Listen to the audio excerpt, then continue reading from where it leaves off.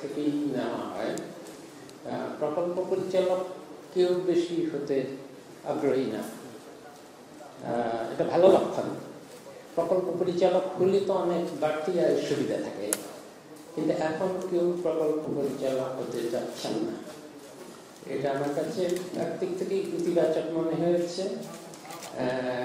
আরেক একটা কারণ হয়তো এখন আর আমরা কিছু কিছু সেটা বলছি, কিছু কিছু ব্যবস্থা নেওয়া হয়েছে যাতে প্রকল্পের থেকে অনিয়মের সুবিধা অনেক কমে যাবে। অনিয়ম করার সুবিধা বলছি না, অনিয়ম অনেক কমে যাবে। আরেকটা হলো যে অনেক প্রকল্প যেগুলো থেকে প্রকল্প পরিচালকরা অন্য জায়গায় চলে গেছেন, সেই সব প্রকল্পের যে অনিয়মগুলো, এমনকি অনেক ক্ষেত্রে আজকে যে প্রকল্পগুলো দেখছি এগুলো থেকেও আমি কথা বলছি এখানে, সব টেকনিকে যেসব প্রকল্পগুলো আসে এগুলো তো আমাদের প্রকল্প না, আগে চলতি প্রকল্প, এগুলোতেই এই জিনিসগুলো আমরা বারবার দেখছি। সেটা হলো যে প্রকল্পগুলোতে অনেক ক্ষেত্রে ঠিকাদাররা চলে গেছে, কিন্তু ঠিকাদারদেরকে যা পাওয়া তার থেকে বেশি দেওয়া হয়েছে। অনেক সময় অনুমতি ছাড়া প্রকল্পের যে প্রকল্পের যে অনুমোদিত ব্যয় বা অনুমোদিত যা যা করার কথা তার থেকে বাইরে অনেক কিছু করা হয় পূর্ব অনুমতি না নিয়ে। এখন একটি প্রকল্প এসেছে যেটি আমরা আসলে বন্ধ করে দিচ্ছি, 2-3% কাজ হয়েছে, 2-3% অর্থ ব্যয় হয়েছে, কিন্তু দেখা গেল যে পূর্বানুমতি না নিয়ে ভূমি অধিগ্রহণ করা হয়েছে।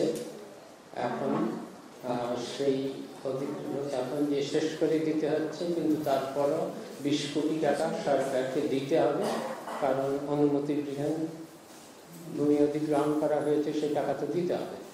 কেন সেটা নিয়ম হলো সেটার জন্য আমরা আইএমএটিকে বলেছি সেটা একটু দেখতে, কিন্তু এগুলো উদাহরণ মাত্র, এরকম অনেক এরকম হয়। কিন্তু একটা ভালো খবর যেটা আমি আজকে উপদেষ্টা এই টেকনিকের সবাই বলেছি, সেটা হলো আমাদের অনেক উপদেষ্টা, বিশেষ করে পানি সম্পদ মন্ত্রণালয়, রেলওয়ে মন্ত্রণালয়, পূর্ত মন্ত্রণালয়,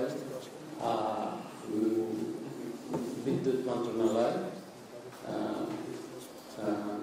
জ্বালানি মন্ত্রণালয়, এই উপদেষ্টা মহোদয়রা একটু দেরি করছেন প্রকল্পগুলোর, পাশ করা প্রকল্পগুলোর টেন্ডার ডাকতে। তার কারণ হলো তারা অপেক্ষা করছেন আমরা একটা রিফর্ম করেছি, যেটাকে আমি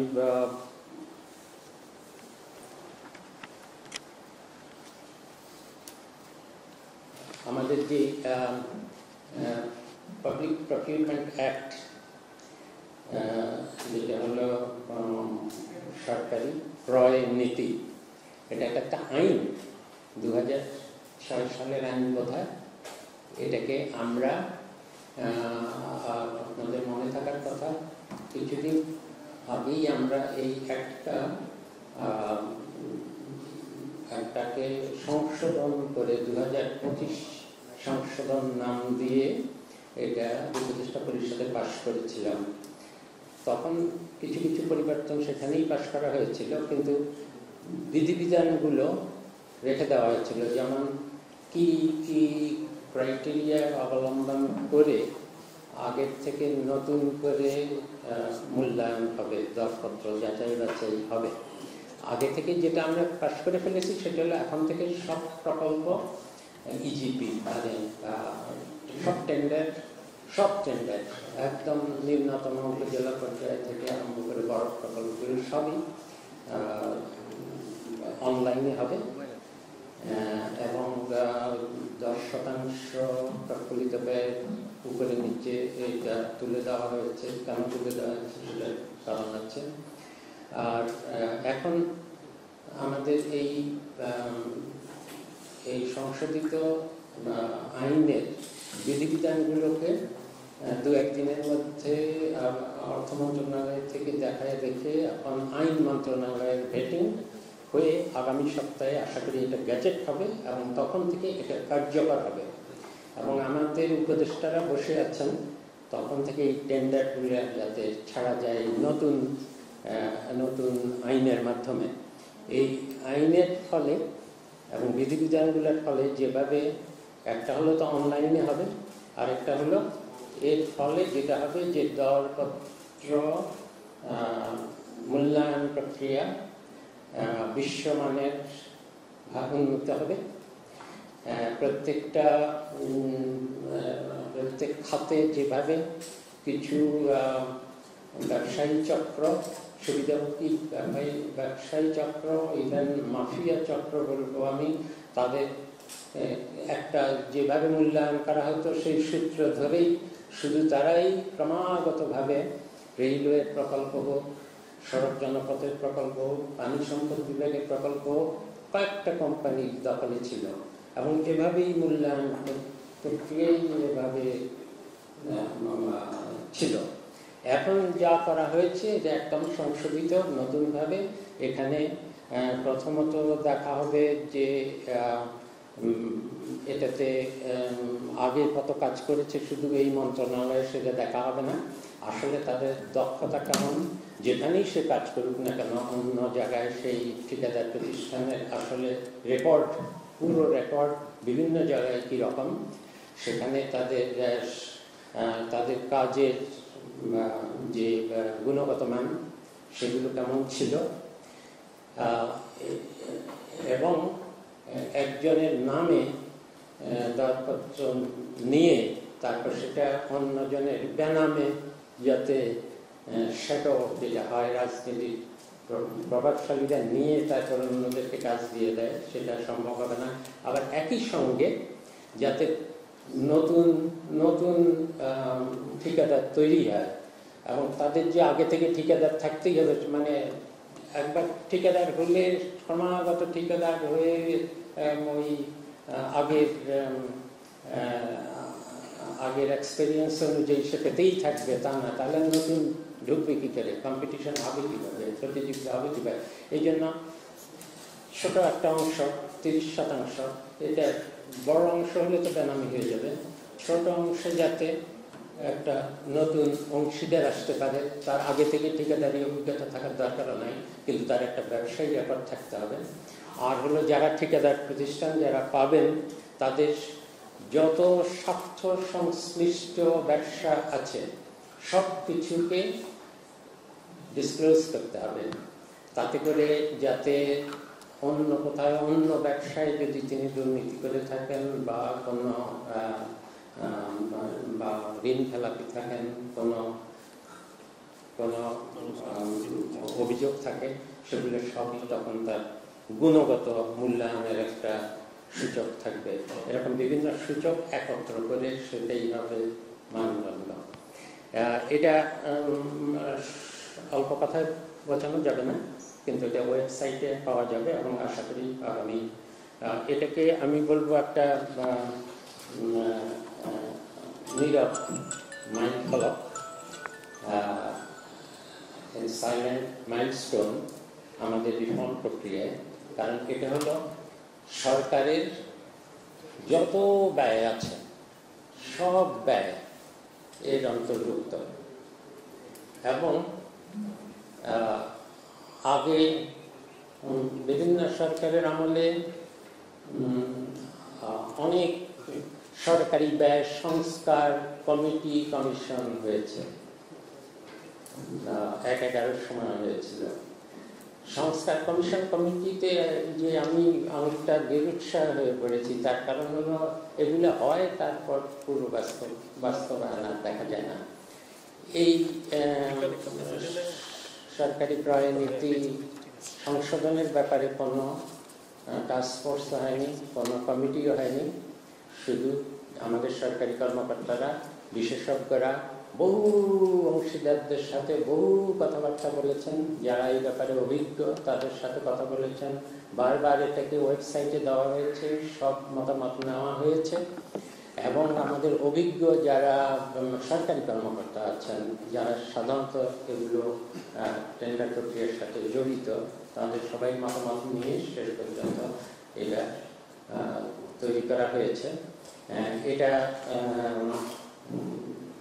এটা যে একটা খুব বড় বিষয়, আজকে আমরা আমাদের শুরুতেই আমাদের এখানে সবাই আমরা আলোচনা করলাম এটা নিয়ে। হয়তো বড় এটা নিয়ে যদি অনেক ভুক্তভোগী থাকতো, যে কোনো সংস্কারেই তো সমস্যা হলো, বিশেষ করে আমাদের মতো সরকারের যাদের কোনো দল নাই, যে কিছু লোক তো ক্ষতিগ্রস্ত হয় আর দেশের ভালো হয়, ক্ষতিগ্রস্ত হলে তো রাস্তায় নেমে যায়।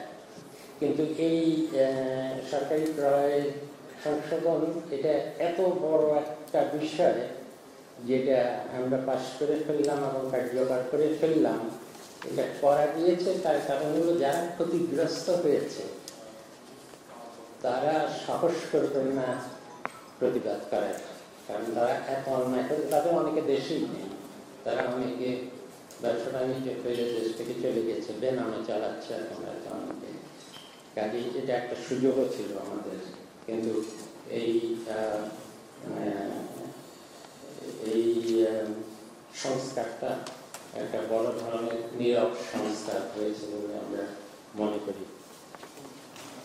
আরও কিছু বিষয় আমি সাধারণভাবে বিভিন্ন প্রকল্পগুলো আলোচনার সময় দৃষ্টান্ত হিসাবে যেগুলো এসেছে, কিন্তু সাধারণভাবে আমরা আলাপ করেছি, সেগুলো হলো যে প্রথমত অনেকবার বলেছি যে আমাদের প্রকল্পের তৈরির ক্ষেত্রে অনেক দুর্বলতা আছে বলেই আমাদের সমস্যা হয়। প্রধান উপদেষ্টা আজকে বলেছেন যে এই পুরো একমেক সভা করে তো মন ভালো করে যেতে পারলাম না, তার কারণ হলো সবগুলোই হলো আগের প্রকল্প, এগুলাকে কী করে সংশোধন করা হলো, জোড়াতালি দেওয়া হলো, আমরা সবগুলোতেই কিছু কিছু শর্ত আরোপ করেছি, কিন্তু তারপরেও তো ওগুলো জোড়াতালি হলো। আমি এক করে দুই একটা প্রকল্পের উদাহরণ দেখাবো। বৈদেশিক ঋণ নির্ভর প্রকল্প যেগুলো, সেগুলোর এক হলো যে আমরা ঋণ পাওয়া গেলেই ঋণ নেওয়া হবে, এটা প্রথমত নীতিগতভাবে আমরা কোনো অর্থনীতিবিদ এটাকে বলবে না ভালো বিষয়, কিন্তু এটাই হয়ে এসেছে। জনাব মুহিত সাহেব যখন 1970-এর দশকে ERD সেক্রেটারি ছিলেন, পরে অর্থমন্ত্রী ছিলেন না বহু বছর, তখন থেকে এটা প্রচলিত ছিল যে বাংলাদেশের মতো দেশ যত এডিবি, ওয়ার্ল্ড ব্যাংক, IMF থেকে যত টাকা আদায় করতে পারে তত ভালো। কিন্তু এগুলো আসলে এই ঋণগুলো দিয়ে কী কাজ হয়, কী প্রকল্প হয়, সেগুলোর দিকে খুব বেশি তাকানো হতো না। এমনিতেই আমাদের অনেক বড় বড় অবকাঠামো প্রকল্প তৈরি করতে গিয়ে অনেক বেশি ঋণ নিতে হয়েছে। আমরা এখন আমাদের সময়ে মনে হয় না আমরা বৈদেশিক ঋণ এত অল্প পরিমাণে নিয়েছি, যেগুলো খুবই প্রয়োজনীয়। কাজী বা নিট বেড়েছে বলে আমার মনে হয় না। এখনো যেগুলো নিচ্ছি সেগুলোর একটা কারণ হলো যে আমরা তো LDC থেকে সম্পূর্ণত দেশ থেকে উত্তোলন হয়ে যাচ্ছে। আন্তর্জাতিক সাহায্য সংস্থাগুলো কাছ থেকে সহজ শর্তে, কম সুদে এবং সুদের পরিশোধে বেশি সময় নিয়ে, এগুলোকে বলে সহজ শর্তের ঋণ, এই ঋণগুলোর সুবিধার পাবো না। সেদিক থেকে আসলেই আমাদের অগ্রাধিকারের যে প্রকল্পগুলো, সেগুলোতে যেই ঋণগুলো সহজ শর্তের ঋণগুলো পাওয়া যাচ্ছে, সেটার সুযোগটা কিন্তু এখনই। একদিকে আমরা ঋণ সাহায্য বলি আর ঋণ বলি, সহজ শর্তের ঋণ পেলেই যে ভালো, অগ্রাধিকার প্রকল্প না হলে বা আমাদের মন মতো প্রকল্প না হলে প্রথমত আমরা নিতে আগ্রহী নয়, খামাখা ঋণের বোঝা বাড়াবো কেন, অন্যদিকে সহজ শর্তে ঋণ পাওয়ার এটাই শেষ সুযোগ, সেজন্য আবার ভালো প্রকল্প হলে ঋণ নিতে চাই।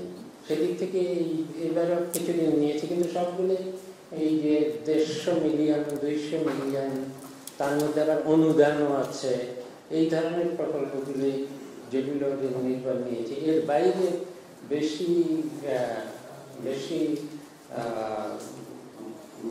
বড় ঋণ নেওয়ার পক্ষে আমরা ছিলাম না।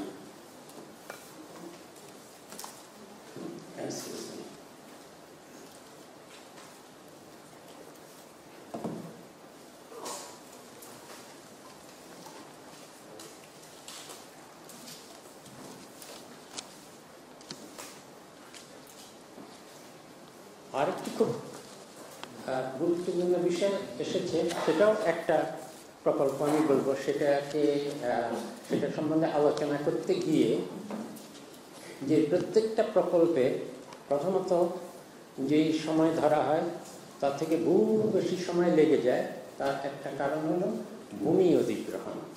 তো ভূমি অধিগ্রহণ একটা জটিল প্রক্রিয়া, কিন্তু আগে থেকে কেউ এটা অনুমান কেন করে না আমরা সেটা জানি না, আগে থেকেই অনুমান করা উচিত।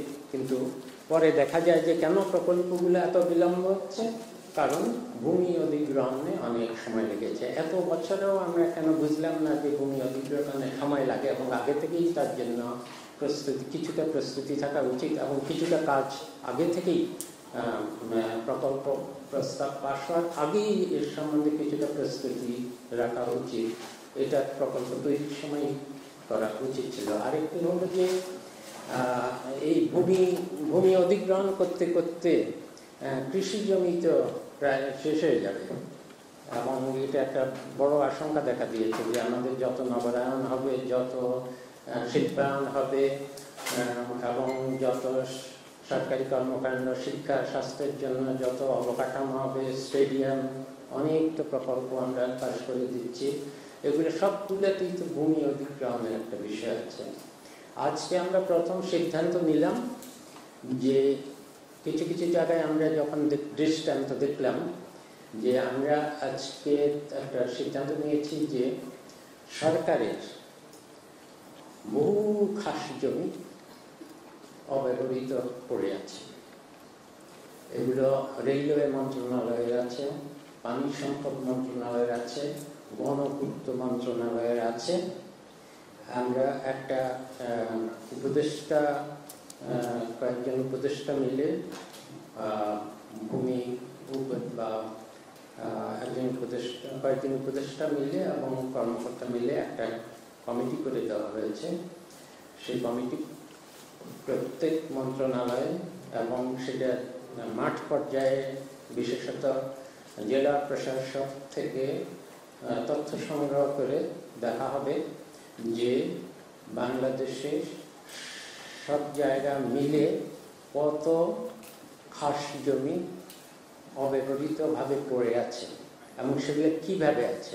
কিছু কিছু জমিতে হয়তো বেদখল হয়ে আছে, কিছু কিছু জমিতে অবকাঠামো তৈরি হয়ে আছে, কিন্তু সেই অবকাঠামো দিয়ে কোনো কাজ হচ্ছে না। একটা উদাহরণ দেওয়া হয়েছিল যে জিন ব্যাংক প্রকল্প বলে একটা প্রকল্পের জন্য সুন্দর অবকাঠামো গাজীপুর না কোথায় তৈরি করে রাখা হয়েছে, আবাসিক ভবন আছে, শিক্ষা ভবন আছে, কিন্তু সেখানে সেই জিন ব্যাংক আর হয়নি, কারণ কোনো মন্ত্রণালয় তাদের জিন ওখানে দিতে চায় না। তারা নিজেদের প্রকল্প আছে, বিশেষ করে কৃষি মন্ত্রণালয় এবং সায়েন্স এন্ড টেকনোলজি মন্ত্রণালয়। আজকে এই কথাটা আসলো এই কারণে যে একটা নতুন বা কলেজ স্থাপনের, ইঞ্জিনিয়ারিং কলেজ স্থাপনের প্রস্তাব এসেছিল, সেখানে জমি অধিগ্রহণের ব্যাপার আছে। তখন একজন উপদেষ্টা বললো এত সুন্দর একটা ক্যাম্পাস পড়ে আছে, সেটা নিচে হতে পারে। এই যে আমরা জানি না কথা, প্রত্যেকটা প্রকল্পে নতুন যখন বিশ্ববিদ্যালয় হোক, কলেজ হোক, বা নতুন বা কোনো অবকাঠামো, সরকারি অবকাঠামো, প্রথমেই ভূমি অধিগ্রহণ। কিন্তু অনেক জায়গা, বহু জায়গা পড়ে আছে। এখন থেকে 2 মাসের মধ্যে আমরা বলেছি একটা যত খাস জমি পড়ে আছে অব্যবহৃত তার একটা হিসাব আমরা গ্রহণ করব। এটা কেন্দ্রীয়ভাবে রাখা হবে। যখনই কোনো প্রকল্প নতুন না হবে, যখনই বলা হবে এখানে ভূমির দরকার, তখনই বলা হবে কাছে ধারে যে খাস জমি আছে সেগুলো না নিয়ে কেন কৃষি জমি নেওয়া হচ্ছে। এই হলো আমার প্রাথমিক কিছু বক্তব্য ছিল। আর আজকে যে প্রকল্পগুলো এগুলো নিয়ে কারো কিছু মন্তব্য আছে? আমি 2-1টা প্রকল্প বলে যাই, তাহলে হয়ে যাবে। এই যে প্রথম গাজীপুর টেক্সটাইল ইঞ্জিনিয়ারিং কলেজ, গাজীপুরে স্থাপন টেক্সটাইল ইঞ্জিনিয়ারিং। এখন এটা হলো ভোকেশনাল টেক্সটাইলের জন্য স্পেশালাইজড, একদম শুধু টেক্সটাইলের জন্য, যেহেতু আমাদের বস্ত্র খাত এবং পোশাক শিল্প এত দ্রুত বাড়ছে, এর জন্য ভোকেশনাল আলাদা টেক্সটাইল ভোকেশনাল আছে, টেকনিক্যাল টেক্সটাইল টেকনিক্যাল কলেজ আছে যেখান থেকে ডিপ্লোমা দেওয়া হয়। আর এটা হলো টেক্সটাইল ইঞ্জিনিয়ারিং কলেজ যেখান থেকে বিএসসি ডিগ্রি দেওয়া হবে। এখন দেখা গেল যে এরকম technical textile vocational institute, textile institute, textile engineering college ইতিমধ্যেই আছে। এবং যেই টেক্সটাইল ইঞ্জিনিয়ারিং কলেজ আছে অবশ্যই আমাদের এই খাতে পুরো প্রকৌশল খাতেই তো আমাদের, কারিগরি খাতেই তো আমাদের অনেক বেশি প্রশিক্ষিত সম্পদ দরকার।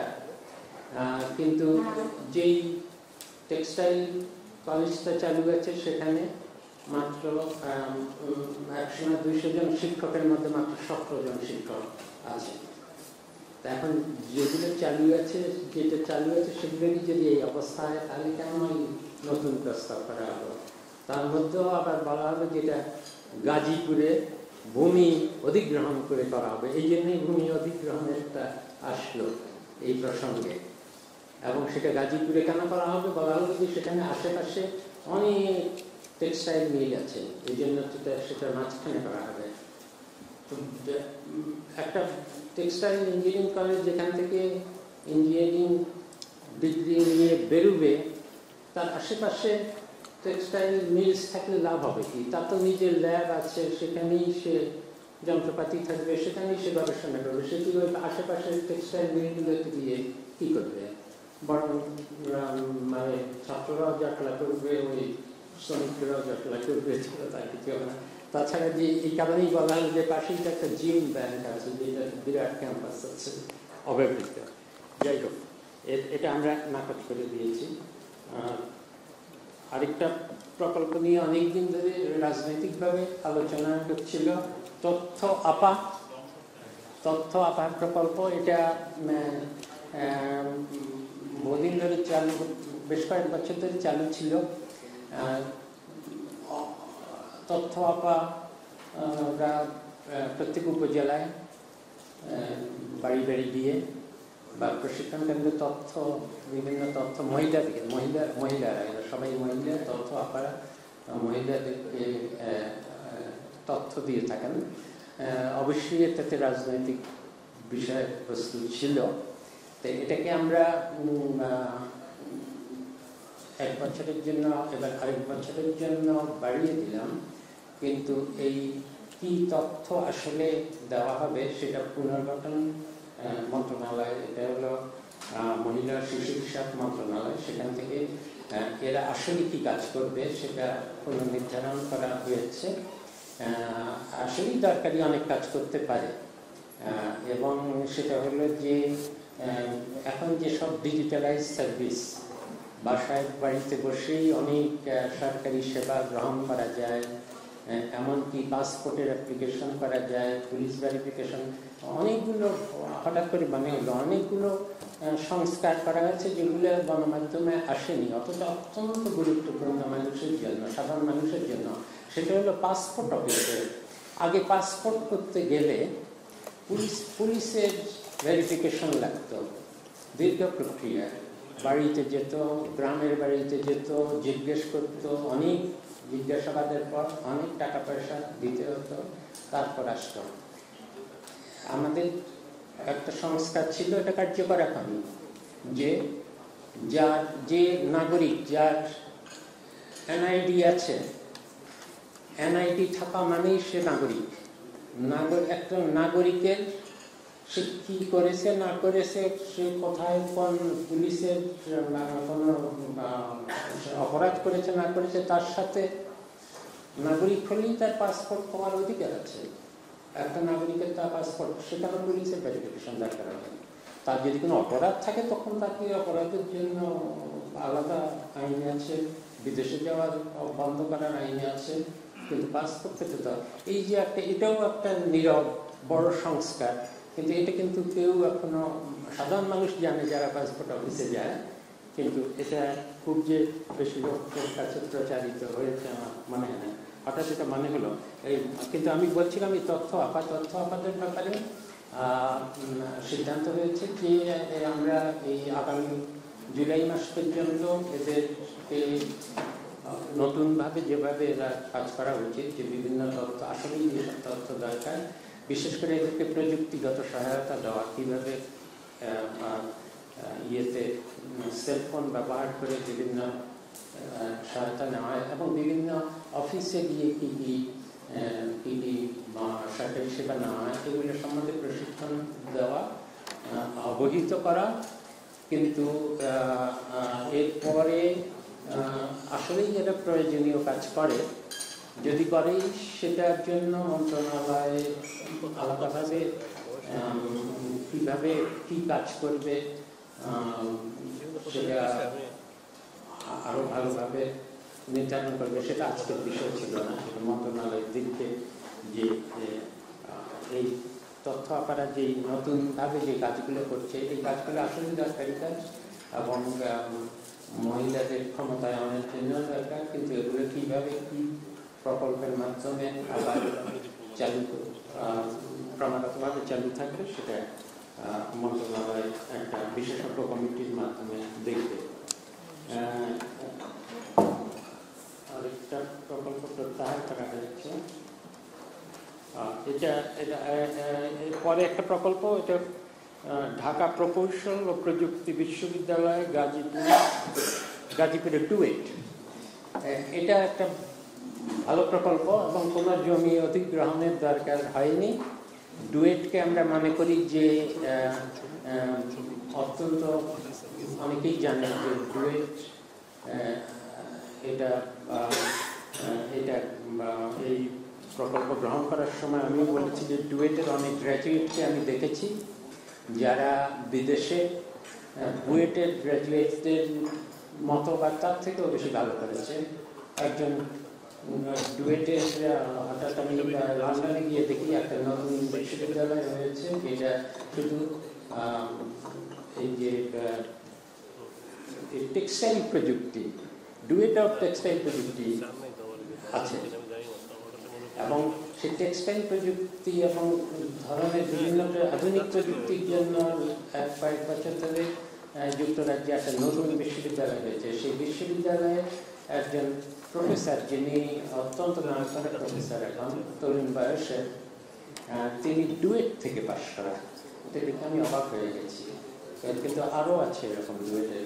এই জন্য আমরা ডুয়েটকে যতদূর সম্ভব সহায়তা দেওয়া, 800-850 কোটিরও বেশি টাকার, এবং সবচেয়ে ভালো হলো যে তারা কোনো নতুন জমি অধিগ্রহণ করবে না। ডুয়েট বহুদিন ধরে আছে বলে তাদের কিছু ভবন যারা জীর্ণ হয়ে গেছে ঢাকা বিশ্ববিদ্যালয়ের মতোই, সেগুলোকে ভেঙে আবার নতুন করে করতে হবে। তাদের এই প্রকল্পের 800 850 কোটি টাকারও বেশি বড় মনে হতে পারে, কিন্তু আসলে তারা 30% এর হলো বৈজ্ঞানিক সরঞ্জাম এবং গবেষণাগার, ল্যাব এগুলো তৈরির জন্য। বাকিটা হলো সবই শিক্ষাদান এবং ছাত্রদের ছাত্রাবাস এবং শিক্ষকদের আবাসের জন্য সবই এক্সিস্টিং জায়গাতে বহুতল ভবন, কাজে তারা নতুন জমি ব্যবহার করছেন। এরপরে ছিল কিছু প্রকল্প আমাদের, এটা হলো ক্রমাগতভাবে আমরা দেশে আরো গ্যাস আহরণের জন্য চেষ্টা করছি। এলএনজি নির্ভরতা কমানোর জন্য আমরা আগেও বলেছি যে প্রত্যেকটা মিটিংয়ে আমরা গ্যাস অনুসন্ধানের কিছু কিছু প্রকল্প করছি। এবার আমরা বাপেক্সের ক্ষমতা বাড়ানোর জন্য যে রিগ দরকার কূপ খননের, এই রিগ আছে, তাদের কিছু কিছু রিগ আছে, কিন্তু আরো দরকার, আরো কূপ খননের জন্য আরো বেশি রিগ দরকার। সেজন্য আরো 3টা রিগের হবে, একটা রিগ সেটা আবার বিভিন্ন হর্স পাওয়ারের, কিন্তু অনেক উপদেষ্টা বলেছেন আরো বেশি রিগ কেন আমরা কিনি না, কারণ আমরা তো আর এই বিদেশি কোম্পানিদের কাছে অত বেশি দিতে চাই না, কারণ বিদেশি কোম্পানিরা তো এই তারা যেন আসে এই যে যারা আগুন টাগুন ধরিয়েছে সিলেট এলাকায় বিভিন্ন, এরাও তো আমাদের দেশি মানে প্রকৌশলীদেরকে নিয়েই কাজ করে। তাদের বাপেক্সের ক্ষমতা কেন অতদিন বাড়ানো যায়নি, সেটা ইকুইপমেন্টের অভাবেও এবং তাদের ট্রেনিংয়ের অভাবে এবং তাদের জনবলের অভাবে। সেটা অথচ আমাদের বিদেশে এখন অনেক জনবল আছে, তারা দেশে ফিরে আসতে চায়, তারা উপযুক্ত জায়গা পেলে এবং সম্মান পেলে দেশে ফিরে আসবে, এমনকি তার অবসর গ্রহণের পরেও অনেকে দেশে ফিরে আসতে চায়। কাজে এটা এই পরেরটা হলো ভোলা অঞ্চলে গ্যাসের অত্যন্ত সমৃদ্ধ একটা জায়গা বলে মনে হচ্ছে, এবং সেখানে ইতিপূর্বে আমরা কিছু গ্যাসের উত্তোলনের জন্য একদম শেষ প্রক্রিয়ায় আছি বা বিভিন্ন প্রক্রিয়া আছি। এবারও আমরা আরো কিছু বিভিন্ন পর্যায়ে অনুসন্ধান, কূপ খনন এবং বিভিন্ন পর্যায়ে, এগুলো অনুসন্ধান পর্যায়ে আছে, যেগুলো অনুসন্ধান হয়ে গেছে সেগুলো কূপ খনন পর্যায়ে আছে, সেগুলো ভোলা অঞ্চলে, সেগুলোর প্রকল্প সেটা পাশ করা হয়েছে, আমরা নিজস্ব টাকাতেই করেছি। আরেকটা ভালো আরেকটা খুব সুন্দর প্রকল্প, যেটা থেকে আমাদের প্রধান উপদেষ্টা মন খারাপ করেছেন। সুন্দর প্রকল্প মানে হলো যে এটাকে আমরা বন্ধ করে দিয়েছি। এটা একটা প্রকল্প নেওয়া হয়েছিল 518 কোটি টাকা, এবং এই প্রকল্পটা বস্ত্র পাট মন্ত্রণালয়ের 2018 সালে নেওয়া হয়েছিল, 2020 সালে শেষ হবে বলে এটাকে একটা অদ্ভুত ধরনের ব্যাপার, পাট ও তুলার সংমিশ্রণে সাশ্রয়ী সুতা, কাপড়, তৈরি পোশাক, ডেনিম, জ্যাকেট এগুলো তৈরি করে বিদেশে রপ্তানি করবেন। পাট এবং তুলার সংমিশ্রণে, পাটের ভালো ভালো ভালো আইডিয়া, কিন্তু কেউ কিছু করতে পারেনি। শুধু এত বছরে শুধু ভূমি উন্নয়নের অধিগ্রহণ করেছে কিছু, সেটাও অনুমতি, প্রকল্পের অনুমতি ছাড়া। এখন আমাদেরকে তার জন্য এই প্রকল্প 2% মানে 2% কার্য খরচ হয়নি, সেগুলো হলো এই অনুমোদিত ব্যয়। সেগুলোর জন্য ভূমি অধিগ্রহণ হয়ে গেছে, এখন ওদেরকে টাকা দিতে হবে। সেই টাকা আসলে সেই ভূমি অধিগ্রহণের কোনো ছিল, অনুমতি ছিল না, কিন্তু এখন সরকারকে সেই টাকা দিতে হবে, কারণ সেই ভূমিও অধিগ্রহণ হয়ে গেছে।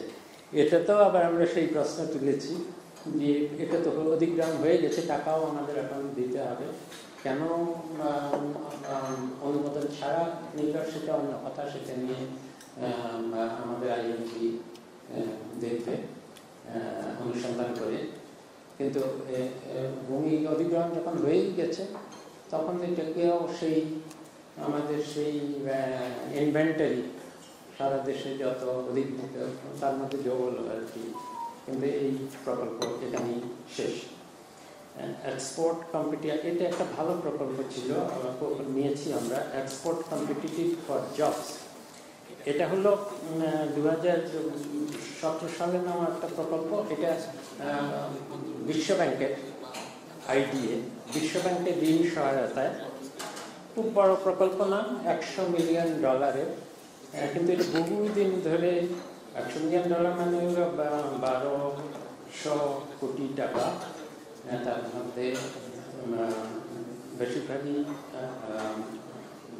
সব মানে সহজ শর্তে ওয়ার্ল্ড ব্যাংকের, বিশ্ব ব্যাংকের ঋণ। এটা একটা ভালো, এটা হলো রপ্তানি বৈচিত্র্যকরণের জন্য, যে চামড়াজাত দ্রব্য, জুতা, হালকা প্রকৌশল, প্লাস্টিক প্রকল্প, এগুলোর জন্য যে প্রযুক্তিগত উন্নয়ন দরকার, ডিজাইন দরকার, ল্যাব দরকার, এবং সেন্টার অফ, এটাকে বলে রিসার্চ অ্যান্ড ডেভেলপমেন্ট এবং টেকনোলজি সেন্টার, এগুলো নির্মাণের কাজ বহুদিন ধরে আটকে ছিল, অগ্রগতি কম ছিল। আমরা বলেছি আরও তাড়াতাড়ি করে অগ্রগতি করে এটা শেষ করার জন্য এটা প্রকল্প মেয়াদ বাড়ানো হয়েছে। আরেকটি হলো উপকূলীয় ঘূর্ণিঝড়, বহুমুখী ঘূর্ণিঝড় আশ্রয়কেন্দ্র নির্মাণ প্রকল্প। এখানে এটা হলো তৃতীয় পর্যায়। এখন থেকে ঘূর্ণিঝড়ই হোক আর বন্যাই হোক, এগুলোকে বহুমুখী আশ্রয়কেন্দ্র বলা হচ্ছে। বহুমুখী বলা হচ্ছে এই কারণে যে এইসব আশ্রয়কেন্দ্রে আগে যেগুলো করা হয়েছিল উপকূলীয় অঞ্চলে, সেগুলোতে বিশুদ্ধ পানি সরবরাহের ব্যবস্থা ছিল না। মানুষজন এসে থাকতো কিন্তু পানি সরবরাহ নেই। সৌর বিদ্যুতের ব্যবস্থা এখন করা হচ্ছে, এই জন্য এগুলোকে বহুমুখী বলা হচ্ছে।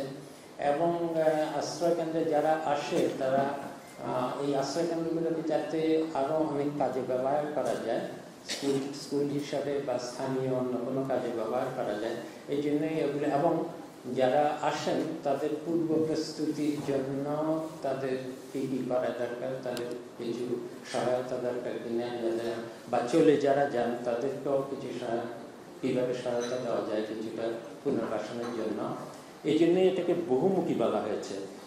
সেই প্রসঙ্গে আমরা একটু বলেছিলাম যে এটাতে এগুলো বহুমুখী, এখানে কতগুলো আছে, 90টি আশ্রয়কেন্দ্র, কিন্তু বাংলাদেশে 4653টি আশ্রয়কেন্দ্র ইতিমধ্যে আছে। সেগুলো আগের, সেগুলো বহুমুখী না, অন্য ডিজাইনে। তো আমার একটা কথা ছিল যে আমরা নতুন প্রকল্প তৈরি করার সময় তো ডিজাইন দেখে সুন্দর মনে হয়, আসলেই ভালো, এগুলো ভালো প্রকল্প আমরা গ্রহণ করেছি। কিন্তু এত যে 4500 আশ্রয়কেন্দ্র, নতুন প্রকল্প করার সময় সবাই দৃষ্টি সেদিকে যায়, কিন্তু এতগুলো আশ্রয়কেন্দ্র, 4500 আশ্রয়কেন্দ্র, 4500-এর বেশি, এই আশ্রয়কেন্দ্রগুলো এখন কি অবস্থা, এটা রক্ষণাবেক্ষণ হচ্ছে কিনা, এখানে কে থাকে এবং এখানেও স্কুল করার সম্ভব কিনা, এবং এখানেও কি পানি সরবরাহের ব্যবস্থা করা যায় কিনা, বায়ুগুলোর অন্যগুলো এগুলো কি মেরামত করা দরকার, সেই দিকে আসলে আমাদের সব প্রকল্পে এই অবস্থা। যে প্রকল্প যখন নেওয়া হয় তখন অনেক তোড়জোড় করে সুন্দর নেওয়া হয়, এবং প্রকল্পে যখন যেই ব্লু প্রিন্ট এবং সেখানে যেই অবকাঠামো দেখানো হয় সেগুলো অত্যন্ত সুন্দর, কিন্তু প্রকল্প একবার চলে গেলে এগুলো চলতি মানে রক্ষণাবেক্ষণের কি ব্যবস্থা হয় সেটা কোনো মন্ত্রণালয় আসলে আমার মনে হয় না যে এই ব্যাপারে সজাগ। আইন মন্ত্রণালয় দিয়ে সব গণপূর্ত মন্ত্রণালয় সবগুলোই গেল নতুন নতুন প্রকল্প, কিন্তু আগেরগুলোর কি অবস্থা, পুনর্বাসন হচ্ছে কিনা সেগুলো দেখা হয় না। যখন দেখা হয় সেটাও আবার সন্দেহজনক। যেমন পানি উন্নয়নের প্রকল্পে তো কিছু কিছু আছে, সিরাজগঞ্জ বাঁধ প্রকল্প, চাঁদপুর বাঁধ প্রকল্প, মৌলভীবাজার বাঁধ প্রকল্প। এটা আমি 1996 সালে যখন ছিলাম ইয়েতে তত্ত্বাবধায়ক সরকারে, তখনও দেখেছিলাম যে এই প্রকল্পগুলোতেই এত মোটা ইয়ে হয় প্রকল্প ফাইল, তার মানে বছরের পর বছর এগুলোতে নতুন করে ইয়ে ফেলা হয়, পিডি ফেলা হয়, ব্যাগ ফেলা হয়, কংক্রিট ফেলা হয়, রাতে ফেলা হয় সাধারণত, কাজেই কতগুলো ফেলা হয় নদীগর্ভে চলে যায়, এগুলো তো আর হিসাব রাখার কোনো উপায় নেই। আবার কেন জানি ওই যে নদী ভাঙা শুরু হয় রাতে, এবং রাতেই আবার তাড়াতাড়ি করে সব ওই জিও ব্যাগ এগুলো করা হয়। আগে দেখতাম, এখন কি হয় এই জন্যই একবার অনেক আগে একবার 1996 আমার সেই তত্ত্বাবধায়ক সরকারের সময় আমি বলেছিলাম যে এই পানি উন্নয়ন বোর্ডের প্রকল্পগুলো হলো ব্ল্যাক হোল, যে এগুলোতে কেবল চলে যায় কিন্তু প্রতি বছর, কিন্তু আসলে কি হয় পুরোটা বোঝা যায় না। এটা তখনকার আওয়ামী সরকারের আব্দুল রাজ্জাক সাহেব ছিলেন প্রয়াত, তিনি সবসময় এটা কোট করতেন যে ওয়াহিদুল মাহমুদ সাহেব বলে গেছেন যে এই মন্ত্রণালয়ের সব হলো ব্ল্যাক হোল। নারায়ণগঞ্জ সিটি কর্পোরেশনের কদমগ্রস্ত অঞ্চলে কঠিন বর্জ্য ব্যবস্থাপনার জন্য ভূমি অধিগ্রহণ, এই ভূমি অধিগ্রহণ করতে আবারই সেই ভূমি অধিগ্রহণ, এটা 2021 সাল থেকে এই ভূমি অধিগ্রহণের প্রক্রিয়া চলছিল।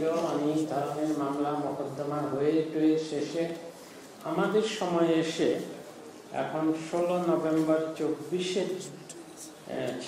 একর ভূমি অধিগ্রহণ হয়ে গেছে এবং এটার জন্য ব্যয় হয়ে গেছে। কাজে এটা যা হয় অধিগ্রহণ হয়ে গেছে, এটা প্রায় পুরো হয়ে গেছে, বাকিটা যাতে হয় সেদিন এটা পাশ করে দিলাম। কিন্তু একটা শর্ত জুড়ে দেওয়া হলো যে বর্জ্য ব্যবস্থাপনায় তো আমরা ভূমি অধিগ্রহণ করি, তারপর এটা ব্যবহার হয় অথবা হয় না, ব্যবহার হলেও সেটা অত্যন্ত অবৈজ্ঞানিকভাবে কোনো যত্রতত্র সেটা বর্জ্য ফেলা হয়, এগুলোর কোনো বৈজ্ঞানিকভাবে কখনো এটাকে চিন্তা করা হয়নি। আমরা শর্ত জুড়ে দিয়েছি যে আধুনিক অনেক প্রযুক্তি আছে বর্জ্য ব্যবস্থাপনা, সেগুলোর মধ্যে অনেক ব্যয়বহুল আছে, আবার আমাদের মতো দেশের জন্য কিছুটা সাশ্রয়ীও অনেক নতুন নতুন আছে পদ্ধতি হতে পারে। কাজেই সত্যতা হলো যে এই দ্বিতীয় পর্যায়ে গিয়ে আসল যখন বর্জ্য ব্যবস্থাপনা ভূমিত অধিগ্রহণ হলো, দ্বিতীয় পর্যায়ে গিয়ে বর্জ্য ব্যবস্থাপনা যখন করা হবে তখন যতদূর পারা যায় আধুনিক পদ্ধতিতে যাতে বর্জ্য ব্যবস্থাপনা হয়, যাতে পরিবেশের ভালোর জন্য তো করা হয়, তাতে করে যাতে পরিবেশ অন্তত আরো খারাপ না হয়ে যায়।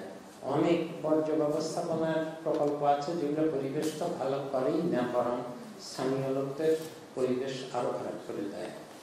এই আমরা এবারে প্রধান উপদেষ্টার মন খারাপ হয়েছে এই কারণে প্রত্যেকটা প্রকল্পের সাথে শর্ত জুড়ে দিতে হচ্ছে।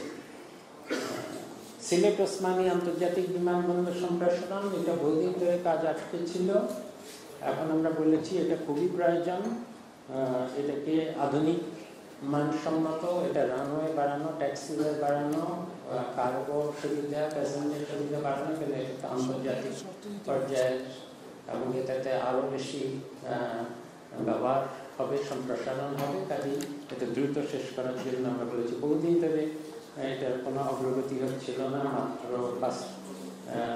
আর্থিক অগ্রগতি 14, বাস্তব অগ্রগতি 22%।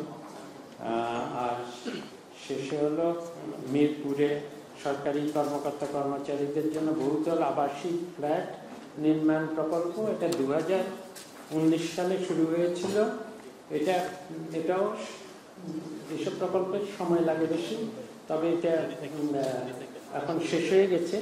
এটা খরচ না বাড়িয়ে শুধু আমরা এটাকে শেষ করার অনুমতি দিয়েছি।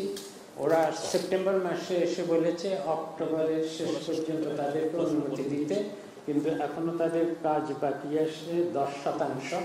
এক মাসে কি করে 10% কাজ শেষ করবে সেটা, এটাও দেখা যায় যে প্রকল্প কীভাবে প্রস্তুত করা হয়। আমরা নিজেরাই বলেছি 1 মাসে হবে না, এটা আমরা বাড়িয়ে এই বছরের শেষ পর্যন্ত সময় দিয়েছি যাতে প্রকল্প সেটা। আরেকটা প্রকল্প আমি এখানেই আছে, আমি গিয়ে আমরা টেলিভিশনে উপস্থাপন করেছিলাম এটা বিদেশি নির্ভর প্রকল্প, কিন্তু আমরা নিয়েছি এটা এডিবির একটা প্রকল্প। এটা হলো উত্তরাঞ্চলে সরবরাহ, বিদ্যুৎ সরবরাহ, এটা ট্রান্সমিশন। আমাদের তো বিদ্যুৎ উৎপাদন হয়, তো সেই সাথে ট্রান্সমিশনের কোনো সঙ্গতি থাকে না। উত্তরাঞ্চলে যাতে আরো উত্তরাঞ্চলে আগেও একটা প্রকল্প আমরা পাস করেছি, এবার ঠিক আছে আরেকটা প্রকল্প নেওয়া হয়েছে, এটা এডিবির সহায়তায় নেওয়া হয়েছে। এটাও সহজ শর্তে এডিবি শেষ সুযোগ হিসাবে, আবার যে সহজ শর্তে ঋণের শেষ সুযোগ, ঋণের পরিমাণ এমন বেশি না, এটা ঋণের পরিমাণ হলো 100 মিলিয়ন, 70 মিলিয়ন। 100 আমি এখন আগে যাচ্ছি হিসাব করি 70 মিলিয়ন। কাজে যেটা বলেছিলাম আমরা বড় বৈদেশিক ঋণের প্রকল্প আমরা ইচ্ছা করি নিচ্ছি না। আমার ডেস্কে এখনো পড়ে আছে বেশ কিছু প্রকল্প। এই প্রকল্পগুলোর নাম বলবো না, নাম বললে আবার যারা স্টেক হোল্ডার তারা খেপে যাবেন যে এখানে প্রকল্প আটকে রেখেছি। কিন্তু আমরা ঋণ দিয়ে যেসব প্রকল্প নেব, এইসব প্রকল্প আমাদের দরকার কিনা, আসলে ঋণ পাওয়া গেল আর আমরা প্রকল্প নিয়ে নেব, এই নীতি থেকে আমরা সরে আসতে যাচ্ছি। শুধু আমাদের সময় না, যাতে ভবিষ্যতেও এভাবে শুধু ঋণ পেলেই ঋণ নেওয়া যাতে না হয়, বরং আমরা নিজেরা যাচাই বাছাই করে আমাদের অগ্রাধিকার অনুযায়ী আমরা প্রকল্প বানিয়ে তারপর আমরা দিকে পাঠাবো। দিকে করবো বিভিন্ন দাতা সাহায্য সংস্থা আন্তর্জাতিক, তারা যদি আমাদেরকে এগুলোতে সাহায্য দিতে চায়, ঋণ দিতে চায়, তাহলে সেগুলো নেওয়া হবে। আর এটা আমাদের যেগুলো বৈদেশিক এইসব এডিবি আইডিবি না, যেটা ডিভিশন অন্যান্য যেসব প্রকল্প অন্যান্য মন্ত্রণালয়ের, যেগুলোতে এই অবকাঠামো প্রকল্প, যেগুলো বিদেশি ঠিকাদার চীনের বা জাপানের জায়গা, চীন ভারতেরও ছিল আগে, এইসব প্রকল্পের ক্ষেত্রেও আমরা খতিয়ে দেখছি আসলে এই প্রকল্পগুলোর ব্যয় কেন এত বেশি হয়। এই যে বলা হয় বাংলাদেশে রাস্তা নির্মাণ করতে গেলে, মহাসড়ক নির্মাণ করতে গেলে প্রতি মাইলে যত খরচ হয়, বাংলাদেশে মেট্রো রেল খুবই ভালো জিনিস, কিন্তু এটা তৈরি করতে গেলে প্রতি কিলোমিটারে যেই খরচ হয় সেটা দিল্লি অন্যান্য সব দেশের তুলনায় কেন বেশি হয়, এটার কারণ আসলে কি সেটা ভিতরে ঢোকা দরকার। বিদেশি অর্থায়নে হয়েছে বলেই, বিদেশিরা তদারকি করেছে বলেই অনিয়ম হয় না তা না। এর ভিতরে অনুসন্ধান করলে দেশীয় বিদেশীয় স্বার্থগোষ্ঠীরা আছে, যাদের কারণেই আসলে প্রকল্পগুলোর ব্যয় যা হওয়া উচিত তার থেকে বেড়ে যায়। এটা নিয়ে আমরা, এটা গবেষণার বিষয় এবং এটা নিয়ে বইও লেখা যায়।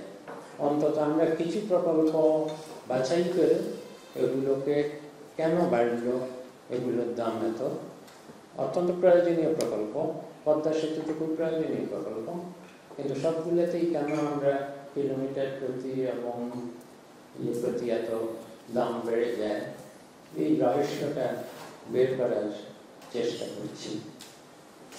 আজকে অনেক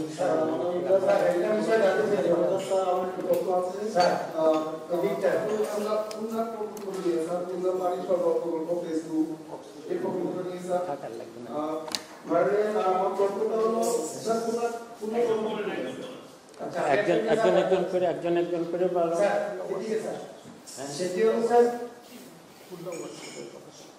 খুলনা খুলনা প্রকল্প কে বলতে চান?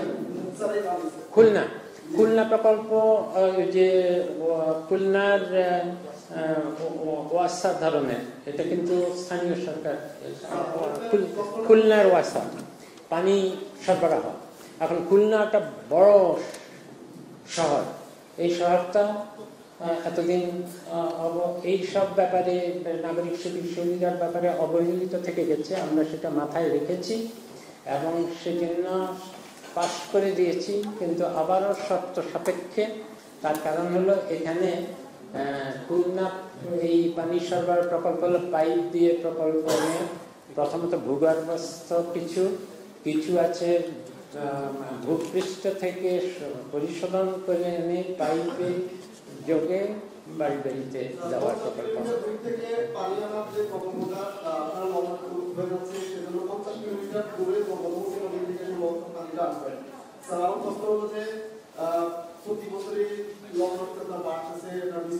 এই জন্যই তো আমি বলছি একটু শর্তগুলো বলি না আগে, তারপর তুমি প্রশ্নের উত্তর দিও। এই প্রকল্পটা দেখেও আমাদের অনেক মন্তব্য এসেছে, অনেকগুলো। প্রথমত সারা বাংলাদেশে ইতিমধ্যেই কিভাবে ভূনির্মস্থ পানি স্তরে কোথায় কতদূর নেমে গেছে তার একটা red zone, yellow zone, green zone ভাগ করা হয়েছে। একটা শর্ত হলো প্রথমে দেখতে হবে যে ভূগর্ভস্থ থেকে পানি যখন তোলা হবে তখন সেটা কি রেড জোনের মধ্যে পড়ছে কিনা, এই হলো একটা। আরেকটা হলো যে পাইপ দিয়ে যত দূর থেকে পানি আনা হচ্ছে এটার সম্ভাব্যতা কতদূর যাচাই করা হচ্ছে। মোট কথা অনেকগুলো। এবং এই পুরো প্রকল্পটা যেহেতু খুলনা অবহেলিত, আমরা এটা পাস করে দিয়েছি, কিন্তু খুলনা নগরে আসলে ভবিষ্যতে পানি এটা সামান্য, এটা দিয়ে পুরো খুলনা শহরের হবে না, কিন্তু খুলনা শহরের পানি সরবরাহের জন্য একটা পরিকল্পনা, সেখানে ভূপৃষ্ঠের পানি কতদূর ব্যবহার করা যাবে, পরিশোধন করে ভূপৃষ্ঠ থেকে কতদূর আর পানি উত্তোলন করা যাবে। এবং এই প্রসঙ্গে এখানে যেটা নাই সেটা এসেছে, সেটা হলো যে আমরা এতদিন কোনো প্রকল্প হাতে নিইনি, এখন এক্সপেরিমেন্টালি পরীক্ষামূলকভাবে একটা প্রকল্প অলরেডি নেওয়া হয়েছে। সেটা হলো আমরা বৃষ্টির প্রাণী সংরক্ষণের কোনো প্রকল্প এখন পর্যন্ত নেওয়া হয়নি। বাড়ি বাড়িতে আমরা যে এত বিভিন্ন মানে পরিবার ভিত্তিক অনেক প্রকল্প করা হচ্ছে, তো কিন্তু যেমন সৌর বিদ্যুৎ অনেক কিছু প্রকল্প করা হচ্ছে, কিন্তু প্রত্যেক বাড়িতে বা প্রত্যেক কমিউনিটিতে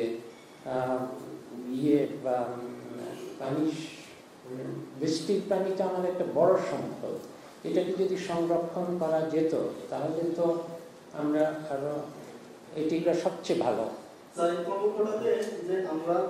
তুমি তো অনেক কিছু জানো মনে হয় খুলনা সম্বন্ধে, এবার আমাকে বলো, তাহলে আরো কিছু শর্ত যোগ করে দেবো।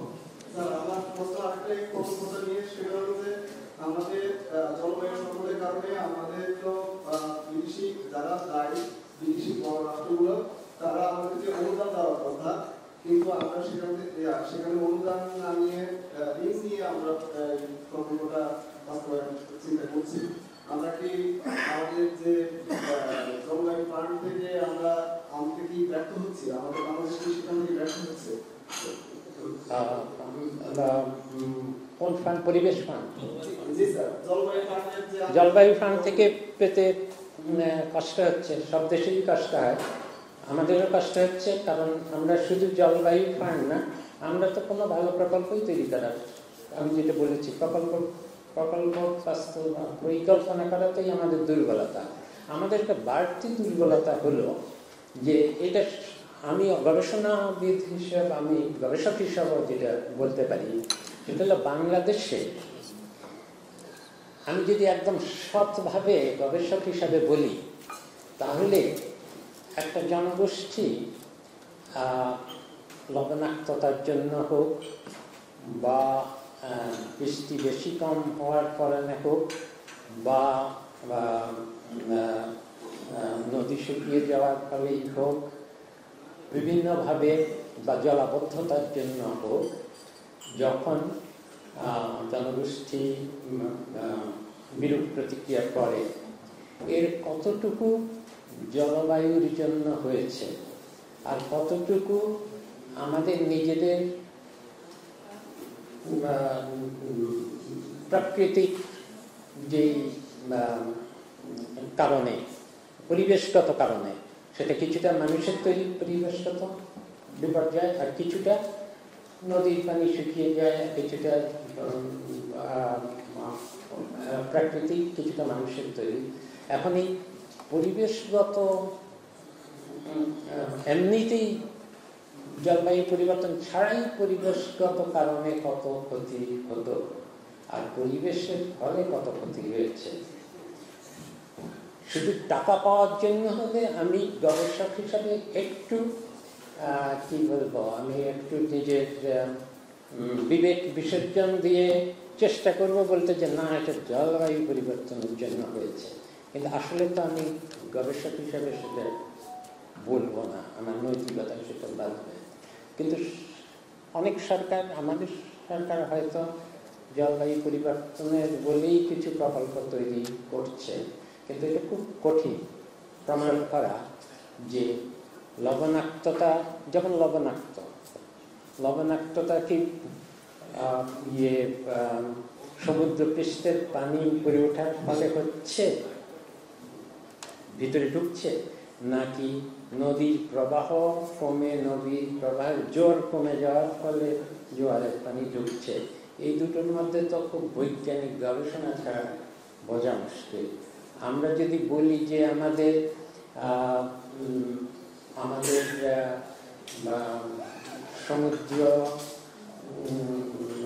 সমুদ্রের পৃষ্ঠ বেড়ে যাওয়ার কারণে আমরা প্লাবিত হয়ে যাব, আবার বাংলাদেশে তো পলিমাটি জমে বাংলাদেশের জমির পরিমাণ দ্বিগুণ হয়ে যাওয়ার একটা সম্ভাবনা দেখা দিয়েছে, কারণ আমরা তো পলিমাটি সবে নতুন নতুন দ্বীপ হচ্ছে, দুই দিক থেকেই এর প্রভাব পড়ে। স্যার আরেকটা বিষয় আমি তো আমার বিমানটা আছে, আপনি কি করে বলেছিলেন এডিটি বাস্তবায়ন, হ্যাঁ, সে 2 মাসে একদম কত শতাংশ এডিটি করবো, আপনি আড়াই শতাংশের উপরে কমই গেছিল, এরপর কত শতাংশ এটা তো বলবেন? কি বলবো? এডিটি বাস্তবায়ন কত শতাংশ হয়েছে গত 2 মাসে? গত দিক তো এখানেই তো বললাম তো, না বাংলাদেশ কত শতাংশ? হ্যাঁ রেসিপি এটা কি, এটা এই যে 2.39, না এটা হলো 2.26, 2.39%, গত বছর ছিল 2.57%, গত বছরের থেকে আমরা দেখতে পাচ্ছি প্রত্যেকটা থেকে মোটামুটি বিশ্ববিদ্যালয়ের প্রকল্প, ঢাকা বিশ্ববিদ্যালয় উন্নয়ন, বিভিন্ন বিশ্ববিদ্যালয় উন্নয়ন প্রকল্প আছে, এটা ভালো থাকে, কিন্তু স্যার একটা বিষয় আছে, সেটা হচ্ছে এখন অনেকগুলো বিশ্ববিদ্যালয় আছে আমাদের দেশে যেগুলো কোনো অবকাঠামো নাই, ভূমিকম্প নাই, শুধু ক্লাস রয়েছে, একটা বিষয় এখন নতুন করে কিছু ভাবছে না, এগুলো তো সেটা শুরু হয়ে গেছে, সেটা অটোমেটিক্যালি নাই করতেছে, তাহলে এগুলো কি জেলায় জেলায় যেসব বিশ্ববিদ্যালয়, জেলায় জেলায় বিশ্ববিদ্যালয়ে অনেকগুলোতে আছে 150 ছাত্র বা কোথাও কার্যক্রম শুরুই হয়নি, অথচ সেখানে সেই জেলাতেই অনেকগুলো ডিগ্রি কলেজ আছে যেখান থেকে বিএ, অনার্স, এমএ সবই পাস হয়।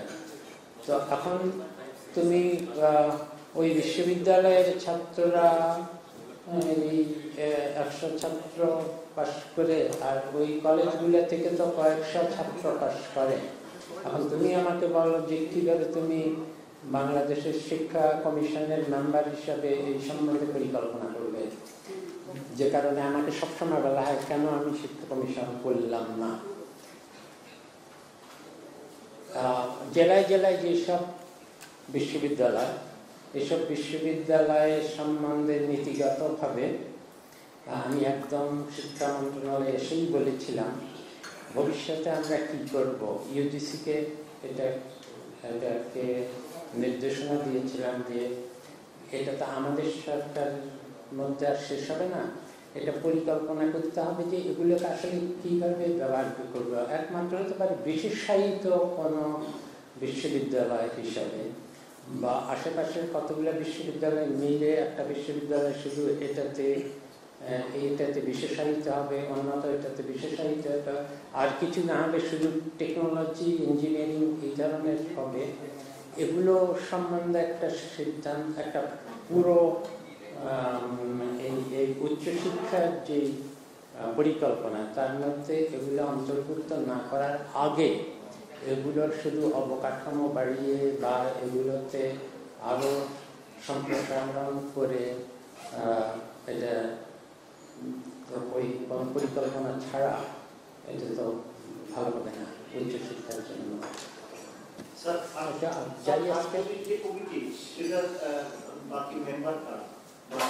কোন কমিটিতে? খাস জমি, এটা আলী মজুমদার সাহেবের চেয়ারম্যান, ফজল কবির সাহেব আছেন, আমি যতদূর সম্ভব জানি ফজল কবির সাহেব আছেন, আর আদিল রহমান আছেন, আর পরিবেশ রিজওয়ানা ম্যাডাম আছেন। ঠিক আছে, আজকে যাই, আমার আরেকটা মিটিং আছে। এই তোমাদের খাওয়া আছে।